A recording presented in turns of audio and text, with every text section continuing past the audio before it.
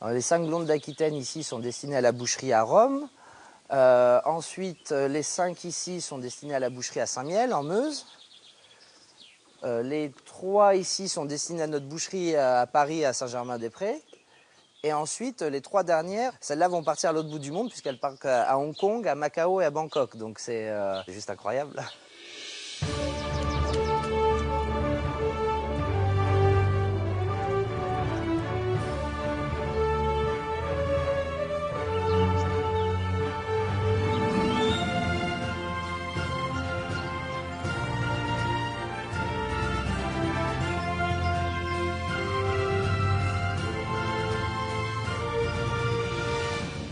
Et si le bœuf français était un des meilleurs du monde?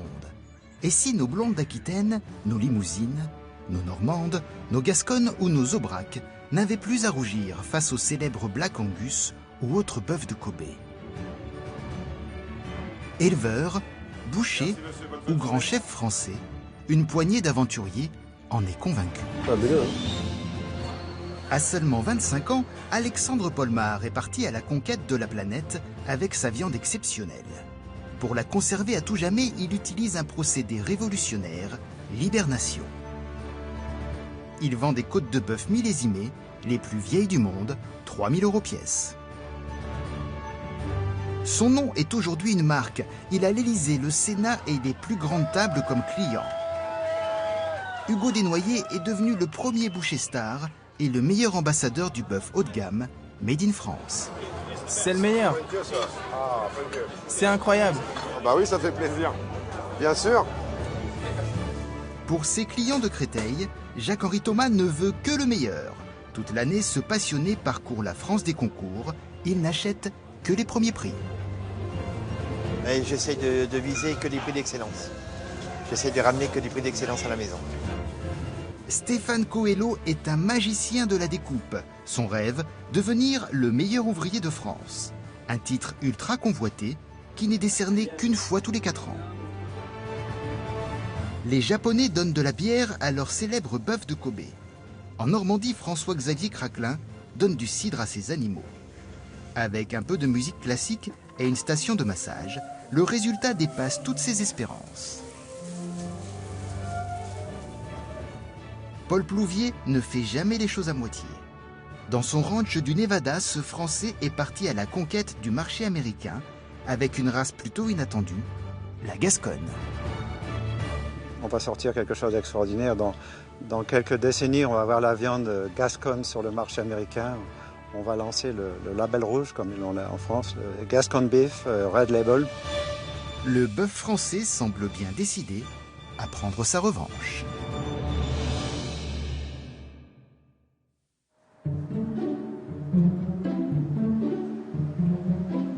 Dans le très chic 16e arrondissement de Paris, il est de bon ton de déjeuner à une table d'hôte.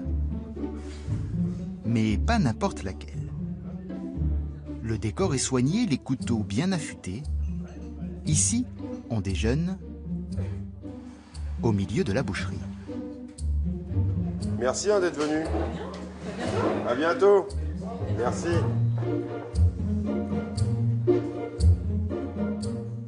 Derrière son étal, le célèbre Hugo Desnoyers.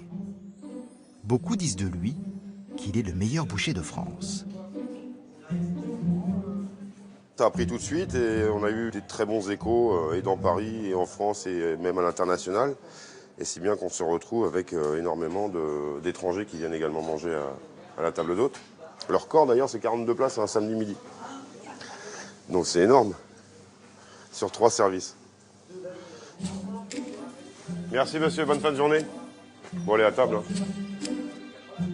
Sa viande fait frémir les hédonistes, les stars du show business et même les plus grands chefs étoilés, comme Pascal Barbeau et Jean-Pierre Vigato. En entrée, Hugo leur a préparé une de ses spécialités, le tartare de veau de lait. C'est bon ça. Ouais. Ah, c'est bon ça. Mais la découpe est faite comment? À la poire?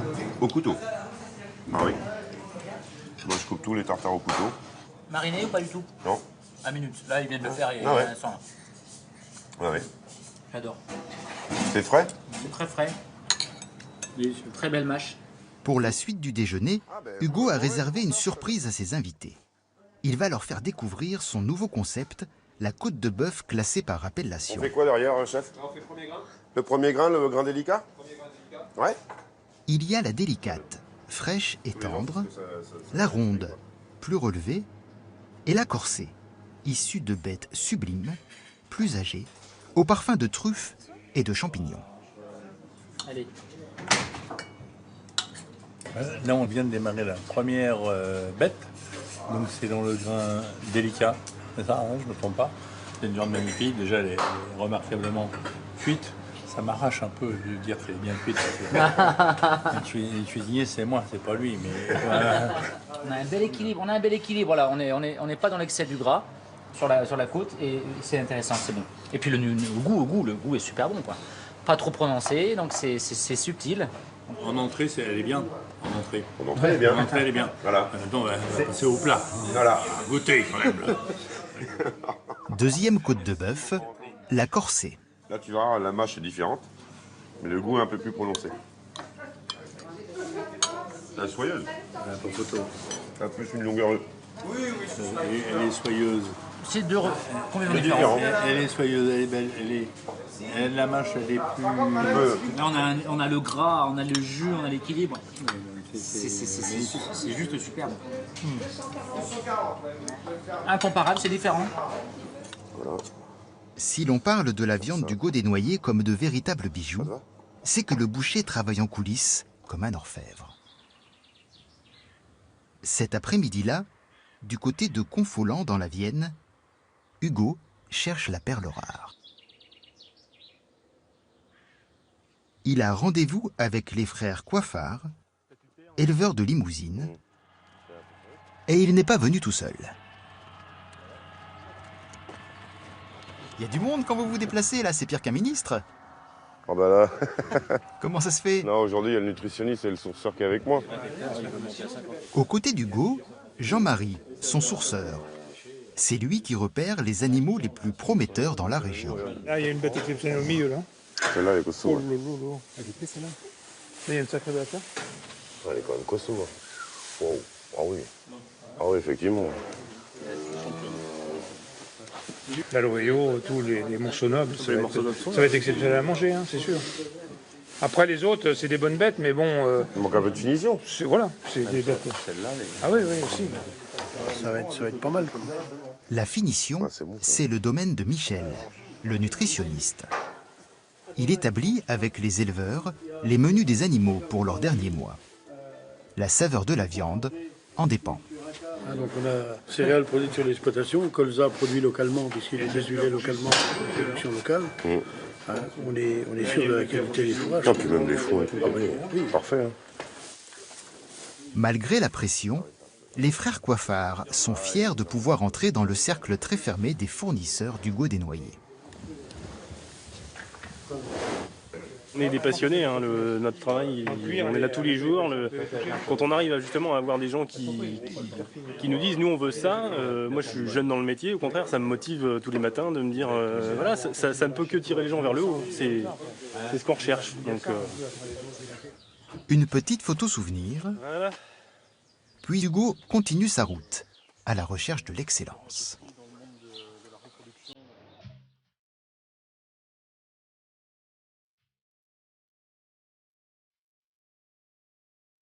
Chaque dimanche matin, c'est jour de marché dans le vieux Créteil. Et chaque dimanche matin, Jacques-Henri Thomas, le boucher, installe son nouveau trophée à l'entrée du magasin. C'est une génisse que j'ai achetée à Fauville-en-Caux, une génisse normande. La bête, elle est exceptionnelle. Des normandes comme ça, on en trouve très très rarement. Les bêtes de concours, Jacques-Henri en a fait son fonds de commerce. Toute l'année, il parcourt la France pour acheter les plus beaux animaux du pays. Et avec ceci, messieurs, dames. Dès l'ouverture, c'est la cohue. Ses clients, tous des habitués, viennent de loin pour ne pas rater les plus beaux morceaux. Elles sont médaillées, elles sont bien Ils sont bien nourris, surtout. Comment? Il y en a 1,6 kg, hein? Je couperai en deux. Ah d'accord. La viande est plus tendre, elle rétrécit pas. Elle est plus chère, mais elle est meilleure. Oui, ça fait plaisir, surtout les gens qui viennent exprès. Sur les murs de la boucherie, ses plus beaux trophées. Je peux pas toutes les mettre, il y en a... Je mets les principales. Rethel, Barraqueville, l'Aïeul où j'en achète pas mal. Je passe à peu près une bête de concours par semaine. Le reste de son trésor se trouve précieusement conservé dans des cartons.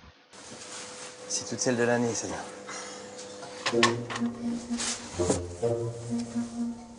Une génisse de Partenay, là. Super bonne bête. Charalaise. 3e bête du concours. C'est une rouge des Prés d'Evron, ça. Ah oui. La plaque que la bête elle a gagnée, c'est le boucher qui l'a. C'est pour le boucher. On achète une bête chère, alors c'est normal qu'on aille la plaque avec, en exposition. Ça vous fait quelques cartons? Ah ben depuis 10 ans, oui, des cartons, j'en ai, c'est des lessiveuses que j'ai de plaques. J'ai au minimum 500 plaques, oui.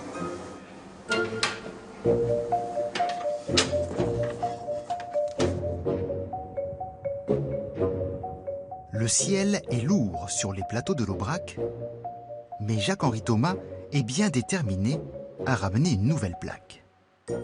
Le roi des concours est en tournée de printemps, la plus importante de l'année. On est 10 jours partis de la maison, là.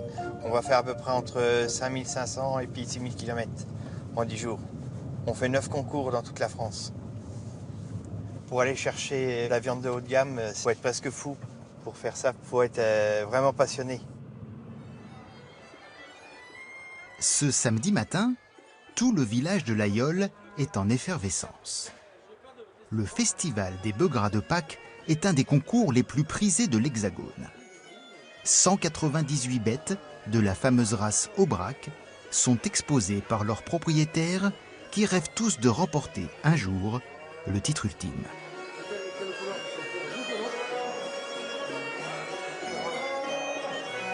À force de parcourir la France, Jacques-Henri s'est taillé une solide réputation. Désormais, il fait partie du jury. C'est parti. Allez, bon courage. Il faut d'abord établir un classement dans chaque section, composé de 6 à 8 animaux. Il y a en deux celui-là. Après, il faut mettre celui-là après. Ah, moi, je mettrais celui-là en 5e et 6e là. Et laquelle que vous dites la meilleure? Le derrière, celle-là. Tu la finiras pas davantage. Ben, moi, j'aime mieux celle-là. C'est un concours de viande, on n'est pas un concours de meg. Hein. Pas meg, je me comprends, hein, c'est pas, la bête n'est pas meg. Hein.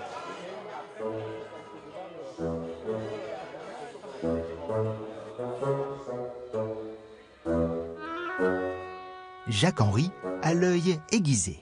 Et celle-là, et celle-là. Il pense avoir repéré la gagnante du concours avant les autres. Bon, ben c'est bon, moi je connais la première là.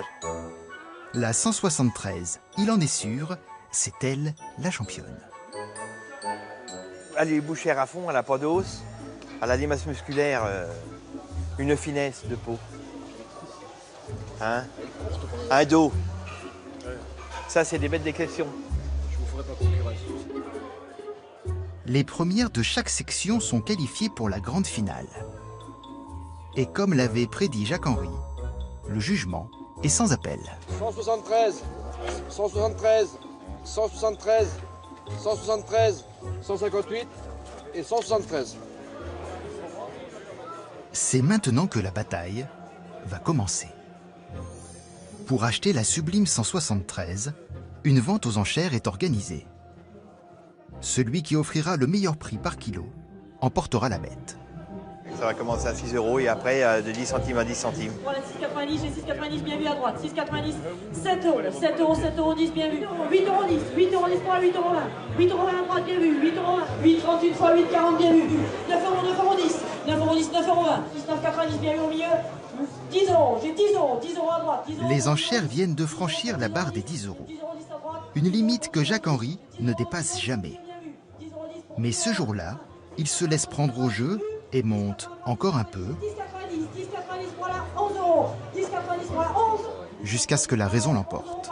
11 € bien vu, 11 € 10, 11 € 10 pour 11 € 20, 11 € 20 bien vu à droite. Non mais ça y est là, moi j'arrête parce qu'après ça va plus là. 13 € 20 pour 13 30, 13 30 au milieu, 13 40 à droite. Les prix s'envolent. 14 40 une fois, 14 40 deux fois, 14 40 trois fois. C'est une grande surface de la région parisienne qui repart avec la gagnante du concours pour 14,40 € le kilo. On peut pas y aller, alors on peut pas y aller, hein. Faut savoir mettre une croix dessus. Hein. Non, ma fifi là. Jacques-Henri ne baisse pas les bras pour autant. Tous les animaux exposés sont à vendre. Le boucher a repéré 3 prix d'excellence qui feraient son bonheur et qu'il compte bien ramener chez lui, à Créteil. Les plus petites, celle-là, les plus là. 8,50 Hein 8,40 Oui, vas-y, marche. Celle-là, une. La journée était bonne, va. J'ai acheté que des prix d'excellence. Alors que des têtes de l'eau. Voilà. C'est l'eau de gamme.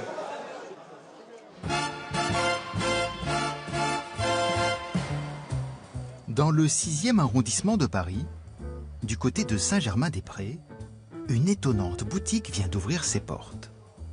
Les promeneurs du samedi y perdent un peu leur latin. Quand on est passé devant, on pensait que c'était plutôt un commerce de chocolat ou de... Spectaculaire. Spectaculaire. J'ai jamais vu un truc pareil. On a cru que c'était une bijouterie. On n'était pas sûr du chocolat, du foie gras. La toute nouvelle boucherie d'Alexandre Polmar fait sensation. Entrez, messieurs, dames, allez-y. On a une petite saucisse de bœuf, on a des steaks hachés au foie gras et confiture de figues, steaks hachés aux truffes, tartare au champagne et au calvados. À seulement 25 ans, le jeune Lorrain a surpris tout le monde avec son concept révolutionnaire. Oui, pas de souci. C'est quelque chose de fou, ça n'avait jamais existé. J'ai voulu recréer un peu l'univers du vin, casser un peu les codes de la boucherie traditionnelle. On a voulu reséduire les gens à manger de la viande, à se faire plaisir. Fini le traditionnel étal et le couteau de boucher. Ici, le bœuf est hiberné et présenté dans une cave à viande. Est-ce que je peux vous expliquer à l'intérieur de la cave à viande? Venez, je vous invite. Moi, je suis agriculteur, éleveur et boucher, et je ne vends que la viande que j'élève sur ma ferme, que du bœuf. Toute la viande est maturée entre 4 et 8 semaines avant d'être placée en hibernation. Ici, devant l'enthousiasme du jeune homme, il y a ceux qui restent un peu perplexes et ceux qui demandent des explications. La différence avec la congélation, c'est que l'hibernation ne rejettera pas d'eau dans la poêle quand vous allez faire revenir la viande à température. L'hibernation, en fait, on descend à moins 120 degrés avec une force de ventilation de 120 km/h, ce qui fait que l'eau se transforme à l'intérieur des cellules. Il n'y a plus d'éclatement cellulaire. Et pour ceux qui auraient encore un doute, rien de tel qu'une dégustation à la bonne franquette sur le trottoir. On sent bien le goût du bœuf. C'est exquis. On va revenir. Petit roast beef d'1,2 kg. En quelques mois d'à peine, la viande d'Alexandre a acquis une renommée internationale. Et le jeune homme est devenu la nouvelle star de la boucherie française. Norvège? Norway. Yes. Les clients viennent désormais de loin pour tenter de décrocher l'ultime sésame vers le bonheur, une côte de bœuf hibernée. Une côte de bœuf, je vais vous la noter tout de suite. Normalement, on n'en réserve pas du tout, c'est premier arrivé, premier servi. Mais là, comme le client vient de Norvège, on les prend en réservation.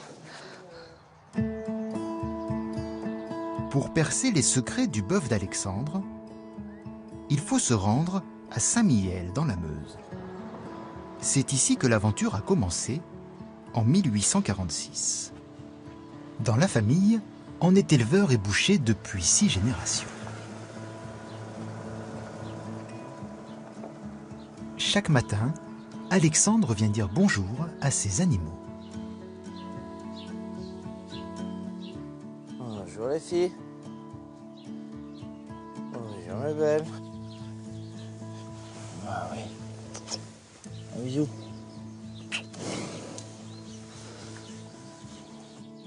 On s'y attache pas comme un animal de compagnie, mais presque, hein Fifi? Le premier secret, c'est de les élever dans les meilleures conditions possibles. Ma famille ne peut pas concevoir d'élever des bêtes dans des bâtiments où les bêtes sont les unes sur les autres, avec une alimentation qui est rationnée, où elles n'ont pas une nourriture à volonté, où elles n'ont pas d'espace, où elles ne peuvent pas courir, c'est pas possible. Il y a des forêts, il y a des parcs, elles ont des abris pour pouvoir se coucher au sec en cas de pluie ou de neige. Donc c'est vraiment le 5 étoiles des bovins et je reste persuadé que lorsqu'on aime les animaux et qu'on essaie de bien faire, ça se ressent dans l'assiette, que nos clients sentent tout le travail qu'il y a eu en amont et ça permet de faire une viande qui est unique. Dans les ateliers de la boucherie familiale, derrière cette lourde porte, un autre secret bien gardé, la chambre de maturation. C'est ici que la viande va développer toute sa saveur. On affine la viande, comme il y en a qui affinent des fromages, comme il y en a qui font bonifier un vin, et on fait une maturation optimale à chaque muscle de chacune des bêtes. C'est ce qui permet d'avoir une viande très régulière en termes de qualité. Quand le client achète un faux filet, par exemple, chez nous, même s'il revient 6 mois après, il aura toujours le même goût, le même grain de viande, la même jutosité, la même tendreté. Et ça, c'est important, la régularité, parce que c'est ce qui nous permet de donner une identité à la viande. Dernier secret, l'hibernation. Un procédé révolutionnaire mis au point par le grand-père et le père d'Alexandre dans les années 90. À la différence de la congélation, l'hibernation permet de conserver la viande sans aucune limitation de durée et sans aucune perte de qualité.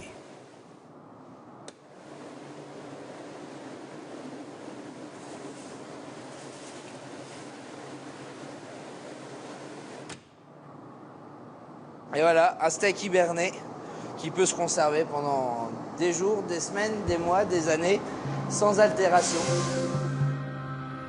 Grâce à l'hibernation, la famille d'Alexandre s'est constituée au fil des années un véritable trésor. À l'intérieur de ce congélateur fermé à clé, les plus vieilles côtes de bœuf du monde, 3 000 € pièce.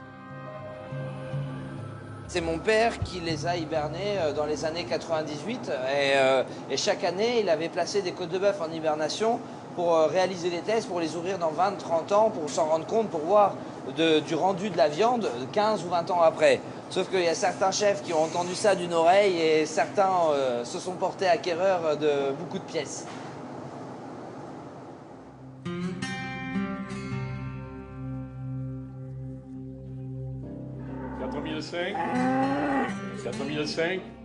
Dans le village de Villeneuve-du-Paréage en Ariège, une vente aux enchères déchaîne les passions.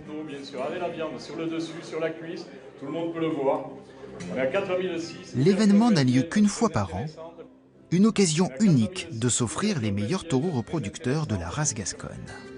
4009, 3 fois GG plaquette 7.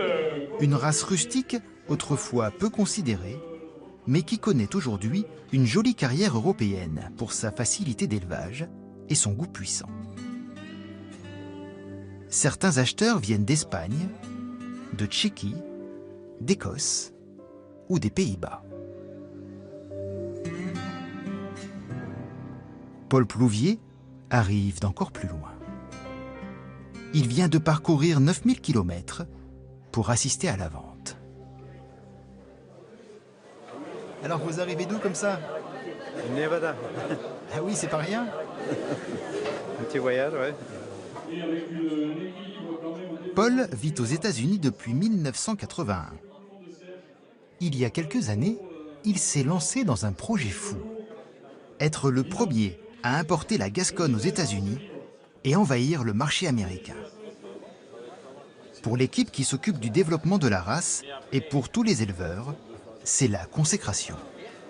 Vous devez être fier de savoir que quelqu'un est en train de développer cette race aux États-Unis. Absolument, c'est pour ça que c'est bien que Paul soit venu ici aujourd'hui, que les gens le connaissent un peu. C'est encourageant pour tout le monde. Après, il faut être à la hauteur, il faut continuer de garder ce qui a pu intéresser quelqu'un comme Paul, c'est-à-dire, je pense, des animaux efficaces, voilà, capables de produire une viande naturelle et savoureuse.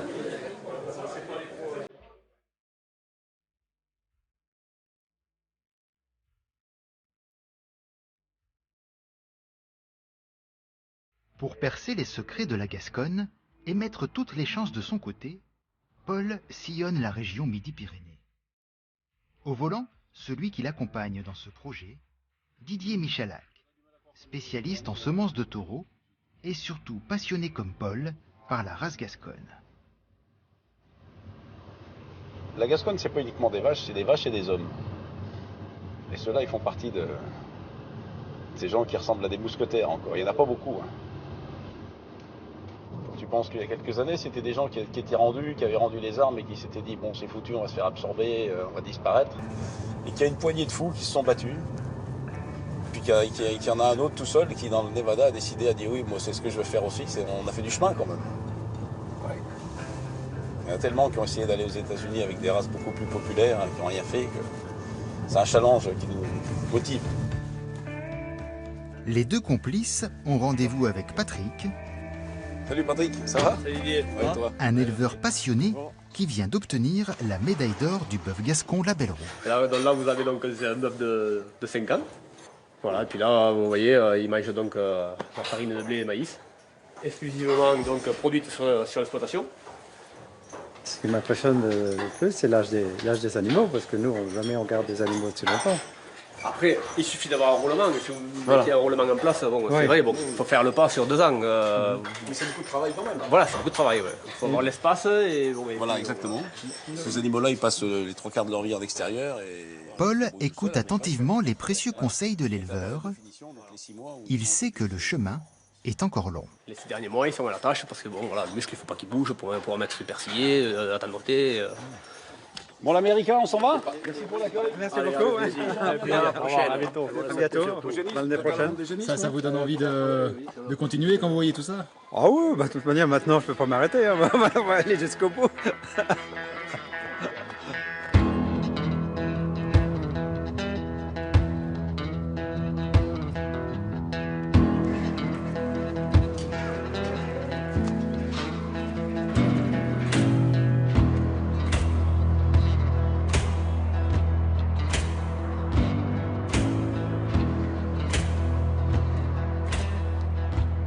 Dans les montagnes du Nevada, le destin de la Gascogne est en marche.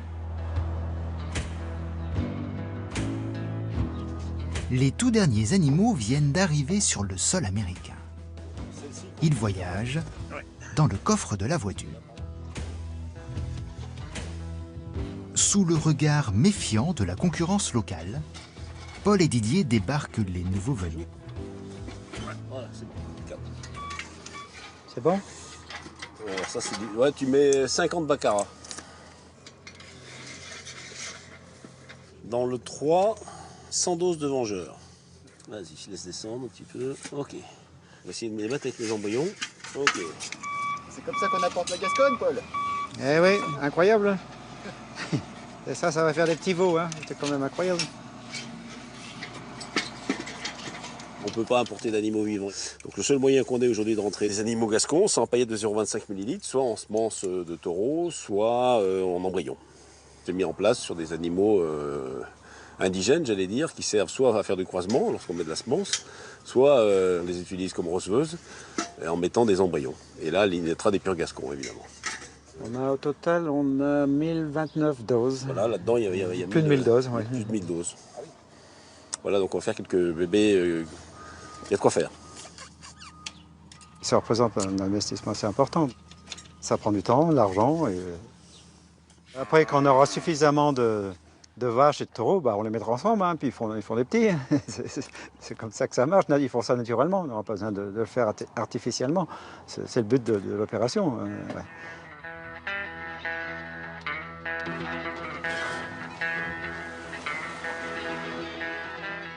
Pour installer son nouveau troupeau gascon, Paul a tout prévu. Voici le Bench Creek Ranch, un ranch hors du commun, 255 000 hectares, la moitié du département de la Loire.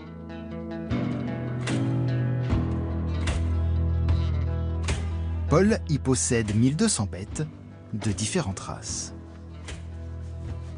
Donc là, on est au quartier général. On est au quartier général, ces montagnes là-bas dans le fond, ça fait partie de notre ranch et ça continue derrière. On a beaucoup de bétail dans les montagnes là-haut où il y a des beaux pâturages l'été. Autrefois, en Amérique, il n'y avait que des bisons. Ce sont les migrants européens qui ont importé les premières vaches.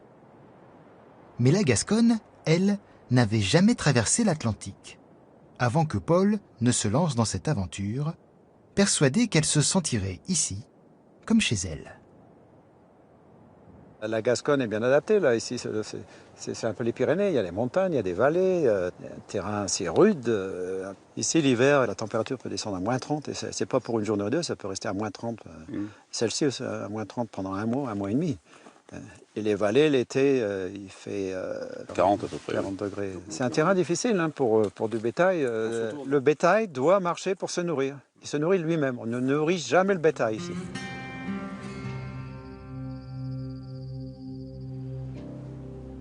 Middlegate Station, au milieu de nulle part.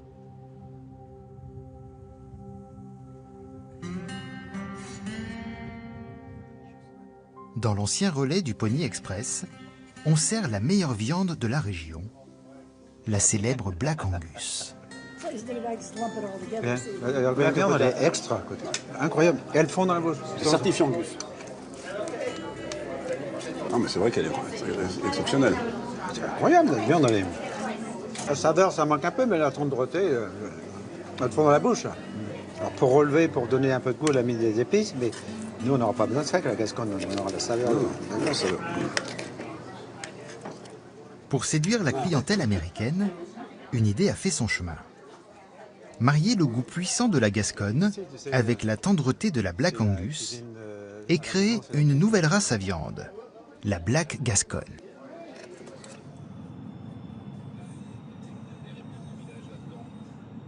La suite de l'épopée nous conduit à une cinquantaine de miles de là. Yeah, let's go inside. Yeah. Prends l'appareil photo. On prend mon appareil photo aussi. Ouais, celui-là qui nous regarde là. Dans cet enclos, les premiers taureaux gascons que Paul a réussi à faire naître sur le sol américain. My God, really good. Yeah. Regarde le taureau, the black bull over there, le taureau là, il est... Black bull? Yeah. The one over there is Celui-là, là-bas, yeah. c'est le plus beau. The one over there is, his name Et is son nom, c'est Icon. Icône. Icon? Yeah. Oh, yeah. It's an Parce icon. que c'est une icône. Ils ont 3 ans et sont bien entourés.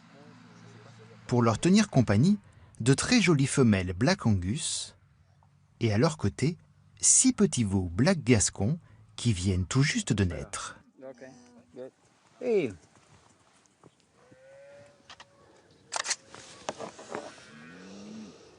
Ah, là, c'est le pur, là, le pur Gascon avec le pur Angus. DJ appelle ça le Golden Cross, le croisement en or. Et je crois vraiment on va sortir quelque chose d'extraordinaire. Dans quelques décennies, on va avoir la viande Gascon sur le marché américain. Je crois qu'il y a beaucoup d'intérêt. Juste à côté, d'autres croisés gascons vont bientôt faire parler d'eux. Pour la première fois de l'histoire, il va être enfin possible de goûter la viande des Pyrénées sur le sol américain. Dans laquelle on envoie l'abattoir, là, DJ? Tu vois, moi, je prendrais la troisième, là, mais qui va se faire doubler. Ouais. Ou alors éventuellement celle-ci, là, la dernière. Là.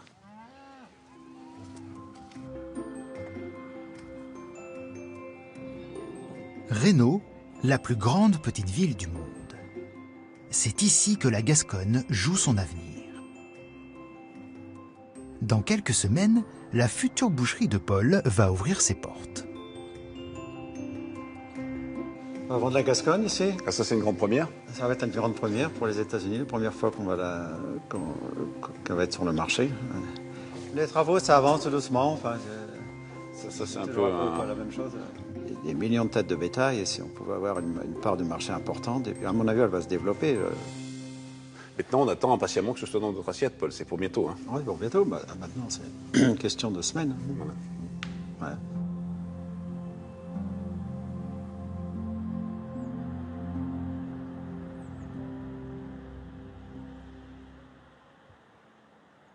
À Clermont-Ferrand, le bœuf français s'apprête à revêtir ses plus beaux habits. Tel un grand couturier, Stéphane Coelho effectue les dernières retouches sur ses modèles. Une ultime répétition avant le grand jour, la finale du concours du meilleur ouvrier de France. Quelle est la plus belle des reconnaissances professionnelles sinon d'être reconnu par les pairs, par ses pairs? Bah, c'est celle des meilleurs ouvriers de France. Voilà. Donc pour moi, ça sera la concrétisation de 20 ans de travail. Vous êtes meilleur ouvrier de France. Ça veut dire qu'il n'y a pas beaucoup de personnes qui sont capables de faire mieux que vous. Vous voyez ce que je veux dire? Et voilà, magnifique. Allez, côte de bœuf, messieurs, dames. À manger soi-même. L'événement n'a lieu qu'une fois tous les 4 ans. Seuls 11 candidats dans tout le pays ont réussi à se qualifier pour la finale.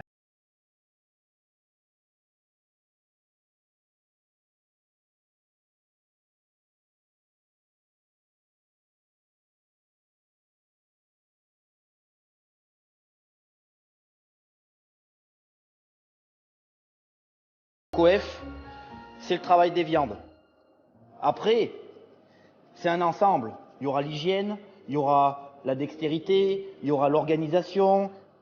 Ils y connaissent, hein, les anciens qui vont noter là. Hein. Mais c'est une super expérience. Franchement, il y aura un thème à respecter. Ça sera pour la présentation, pour le décor. Attention, vous êtes quoi noter parce que ça va être costaud. Hein. Sur le toit de Paris, ville, lumière, cité historique inscrite au patrimoine de la boucherie artisanale. Voilà, messieurs, dames, à table. Allez, je vous jure, quand j'ai vu le sujet, moi j'ai dit, là, c'est bon. C'est bon, c'est bon. Ah bah, je suis tombé de la chaise. Après avoir retrouvé ses esprits, Stéphane a réfléchi. Il a imaginé et fabriqué de ses mains tout un décor et une mise en scène. La pièce centrale de son œuvre, cet arc de triomphe en saindoux véritable.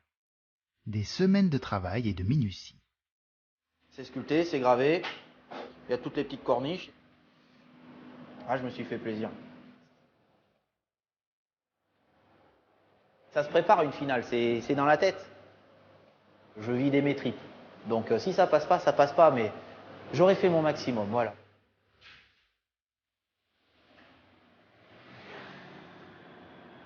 Cinq jours plus tard, dans le 12e arrondissement de Paris, l'épreuve a commencé.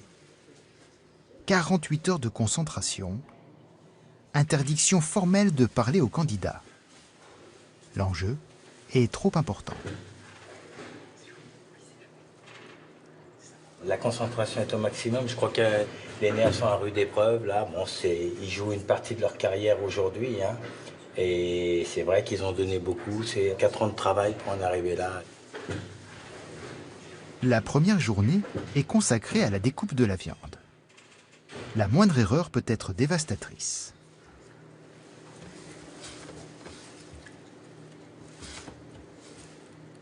Premier ressenti bien moyen. C'est dur. On passe à côté de beaucoup de petits détails qui font que on n'est pas sûr de notre truc. Et donc voilà, je suis dans le flou plus complet. Je sais pas, on verra.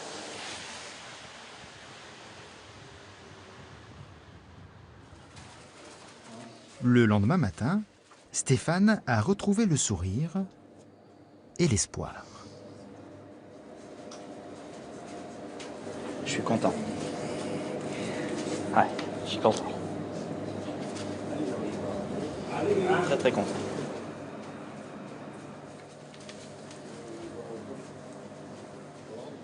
Le toit de Paris est à l'honneur et le savoir-faire français dans la découpe du bœuf est peut-être bien lui sur le toit du monde.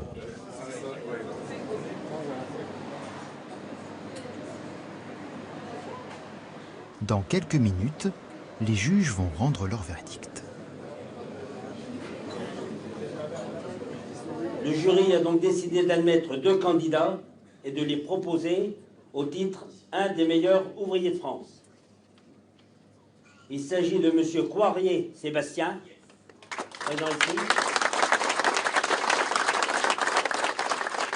Et il s'agit de M. Romain Leboeuf.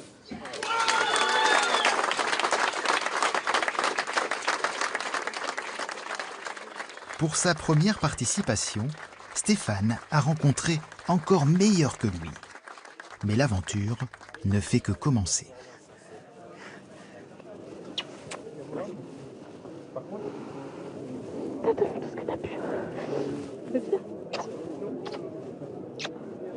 La prochaine fois, la prochaine fois, forcément, on va attendre les prochaines inscriptions, envoyer une candidature, puis voilà quoi.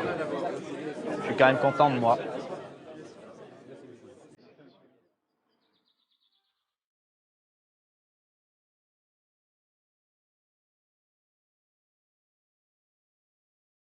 En Normandie, les bœufs de François-Xavier Craquelin avaient tout pour être heureux.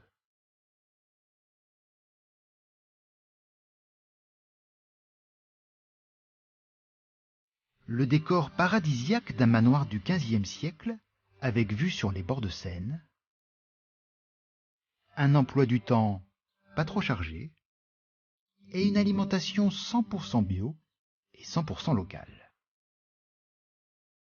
François-Xavier, leur propriétaire, est également agriculteur. Tout ce qu'il donne à manger à ses bœufs est cultivé sur ses terres. Du lin, riche en oméga 3, de la luzerne, des pois, des betteraves, du blé, ce qu'il y a de meilleur pour les animaux, et donc pour le consommateur. Tout était réuni pour produire un bœuf normand de très haute qualité, mais François-Xavier voulait faire encore mieux. Un jour, en mangeant du bœuf de Kobe dans un restaurant proche d'ici, il a fallu un petit temps, mais il y a eu un déclic qui s'est fait comme ça, quoi. Le bœuf de Kobe au Japon est le plus recherché du monde, le plus cher aussi.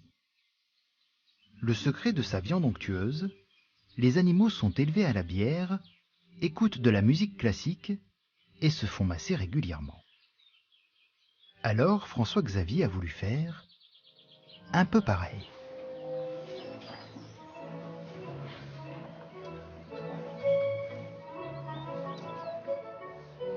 Il a commencé par installer ses enceintes qui diffusent les programmes de France Musique.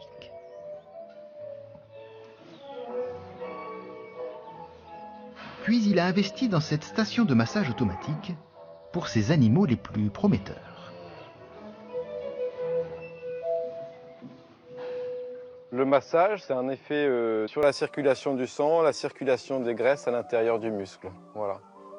Donc on essaie de concilier l'utile à l'agréable, d'une certaine façon. Ah, Loulou. Bon, la musique, on peut pas déterminer un effet direct que ça pourrait avoir sur la qualité de la viande. Faut pas exagérer.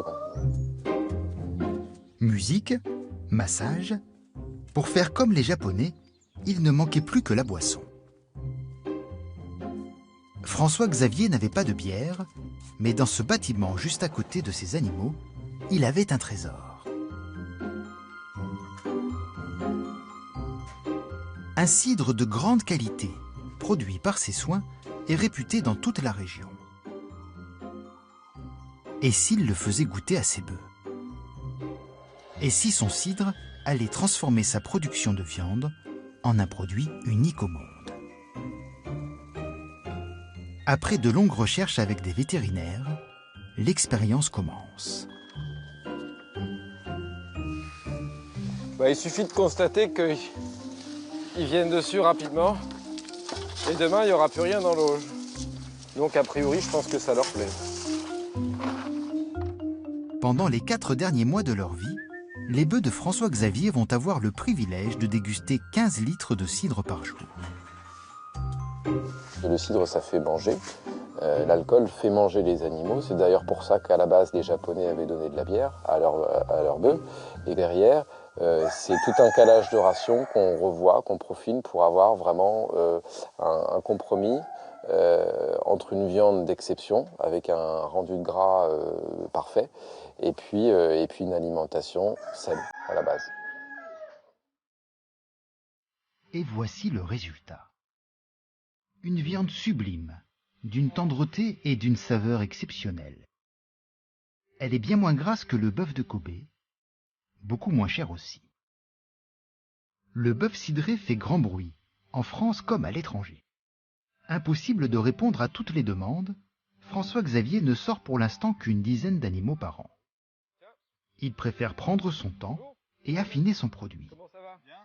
Dans les cuisines du chef Christophe Mauduit, tout près de chez François-Xavier, la dernière production vient d'arriver. Vous l'avez goûté, c'est bon au niveau du grain, de la mâche, c'est bien? C'est parfait, tout tendre. Ah, c'est beau ça. Ah oui. Vous avez des retours de clients là? Ça a démarré un petit peu? Ouais. C'est du beurre. Ouais. Enfin, on n'a même pas besoin de couteau à table.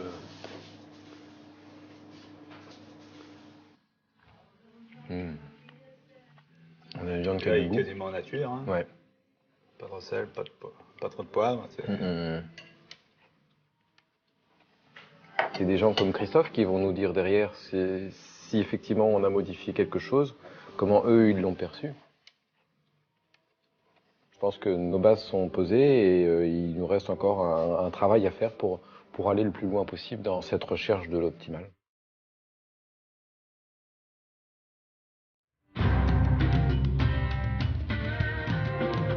Hong Kong, capitale gastronomique de la Chine, avec ses 11 000 restaurants. Alexandre Polmar a rendez-vous avec l'excellence.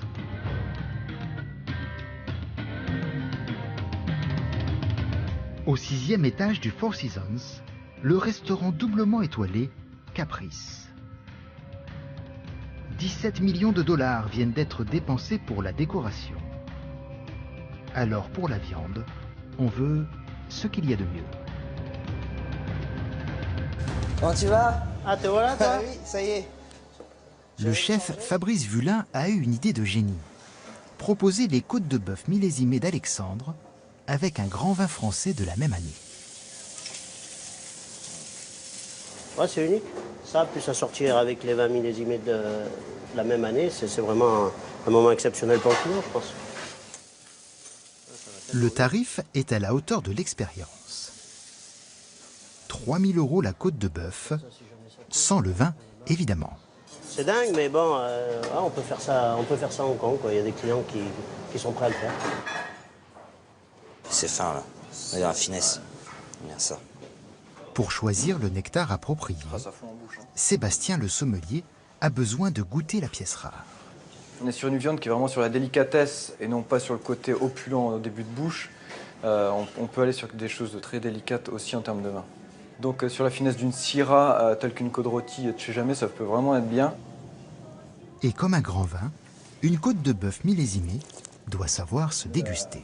Donc là, alors démarrer par le cœur. Le cœur. Ensuite, celui du milieu, c'est ce qu'on a le dessus de côte, et on termine par l'autre côte. On monte en puissance à chaque fois. Fabuleux. Hein. Regarde, tu tires sur la viande, c'est vrai, sans le couteau. C'est tendre, ça a du goût, ça a une jutosité, beaucoup de longueur, beaucoup de féminité, et il y a une mâche importante. C'est ça qui est intéressant. Là, on parle d'une cote à 3000 parce que c'est un produit rare, exceptionnel. Mais Alexandre, on fait son tartare de bœuf, son filet de bœuf. Voilà, ça coûte pas plus cher chez un autre, sauf que c'est meilleur, quoi. En tout cas, super. Et puis merci et continue de faire des beaux produits comme ça.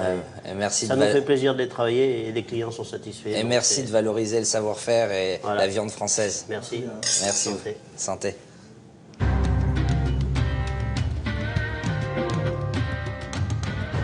Joaillerie, haute couture, maroquinerie, le luxe à la française, c'est désormais aussi son bœuf d'exception. Le ténor des bouchers, Hugo Desnoyers, le sait mieux que tout autre. Il fournit à Hong Kong les plus belles tables et depuis un an, il a même ouvert la sienne, avec 3 amis, dans le quartier branché de Wan Chai Market.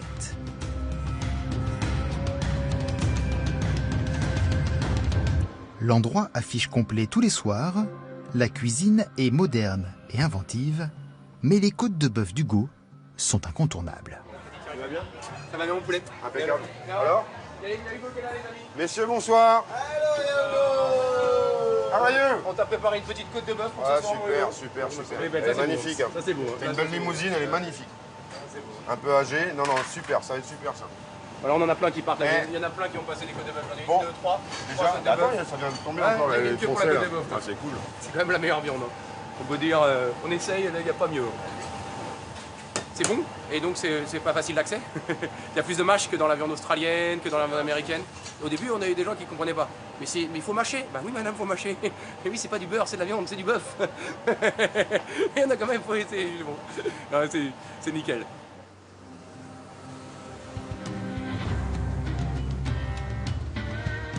Le lendemain, dans le quartier des affaires, le tout Hong Kong s'est déplacé. Une soirée exceptionnelle se prépare. Les deux bouchers stars sont à l'affiche.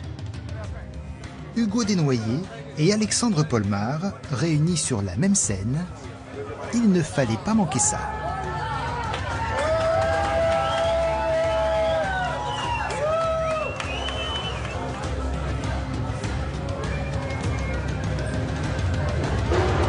C'est incroyable le monde qu'il y a. Incroyable.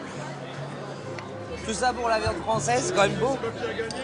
You want one or two? One? Three? Ok. Tout classique. Welcome. Il y a toutes les nationalités. On a tout eu. Russe, italien, chinois, français, américain, australien. C'est incroyable.